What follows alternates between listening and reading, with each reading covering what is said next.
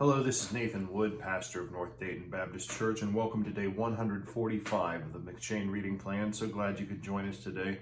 We are in Numbers 34, Psalm 78, verses 40 through 72, Isaiah 26, and the fourth chapter of the first epistle of John.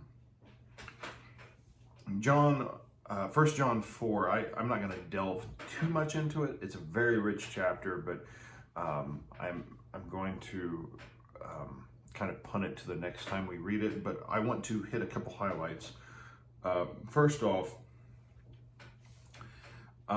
beloved, believe not every spirit, but try the spirits, whether they are of God, because many false prophets are gone out into the world. Hereby know ye the Spirit of God. Every spirit that confesses that Jesus Christ is come in the flesh is of God.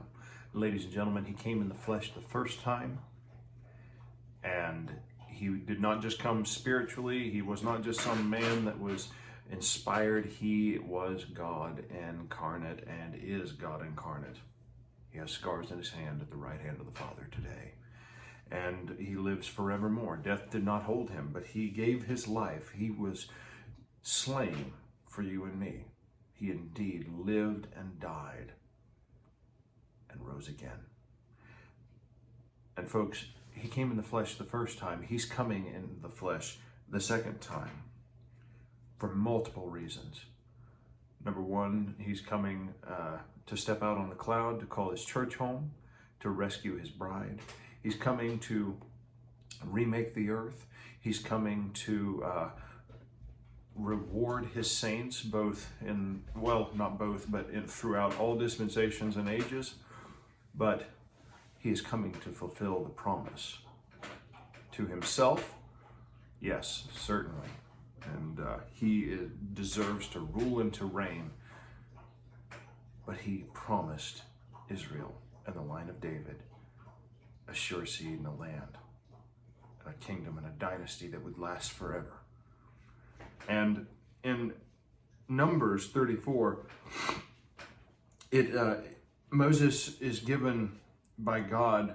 It seems to be it's very close to what the modern state of Israel is looking like right now, with the exception of the West Bank and Gaza being cut out of there. But remember the chosen, the promised land given to Abraham, which Abraham never fully enjoyed, was all the way from the Euphrates and on down.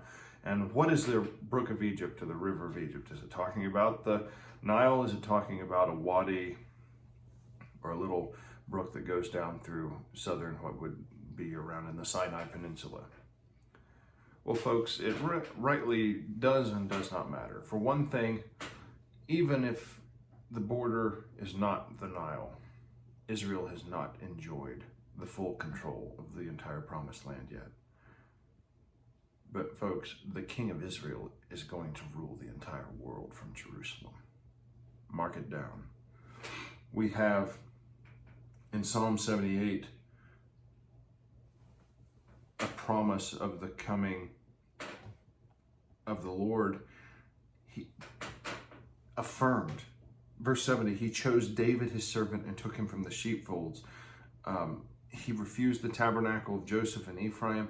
See, God takes the downcast and raises it back up. He takes the second sons. He takes the broken. And Israel is his chosen and his broken sons. And he is going to restore them to the place that he had for them and what he had promised them, not because of their goodness or anything that they had done, but because of his word, his promise, and because his mercy, and because of his glory, for his name's sake. Verse 3 and verse 4 of Isaiah 26 are very, very precious thoughts for us. Thou wilt keep him in perfect peace, whose mind is stayed on thee, because he trusteth in thee. Trust ye in the Lord forever, for the Lord, it says Jehovah, Yud-Heh-Vav-Heh, Yahweh, is everlasting strength. You want to know how to have perfect peace? Have your mind stayed on the Lord. Scripture says it. Thou wilt keep him in perfect peace, whose mind is stayed on thee, because he trusteth in thee. That's the path to perfect peace. Not a path, it's dead on. Who is specifically the thing we are to have our mind stayed on? The person of Jesus Christ, the Prince of Peace, the truth incarnate. And I also want to look at verse 17 with regards to Israel. If you recall, the birth pangs is a common idiom for the coming of Messiah. The book of Revelation, John talks about the woman travailing that is driven into the wilderness after she gives birth to a son. That's not the church, ladies and gentlemen. That's Israel. And look here, verse 17 talks about it. Verse 17 of Isaiah 26, like as a woman with child that draweth near the time of her delivery is in pain and crieth out in her pangs, so we have been in thy sight, O Lord. But it wasn't just in the context of the first coming of Messiah that it's like birth pangs. It's like that for the second coming, ladies and gentlemen.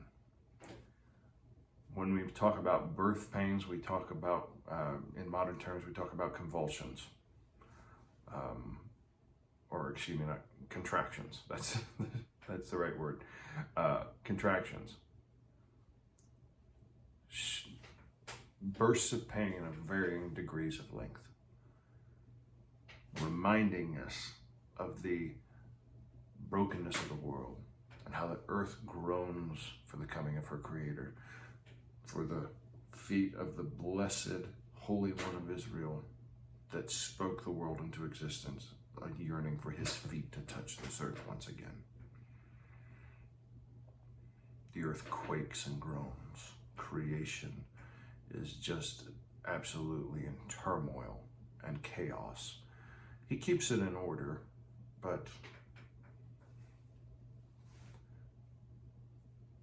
there's lots to fear, lots to doubt, lots going wrong. Lots of weeds, lots of stings, lots of bites, and lots of death. Lots of bad breathing, melting this, hot that, exploding this and that. Smog and burning rivers and you name it. It's not right. The way it's going to be right is when the Creator comes back. Mark my words. You want the perfect environment? Trust in the Lord, the Holy One of Israel. When the King comes, the desert will bloom like never before. Do you know him today? We love you. Have a good day.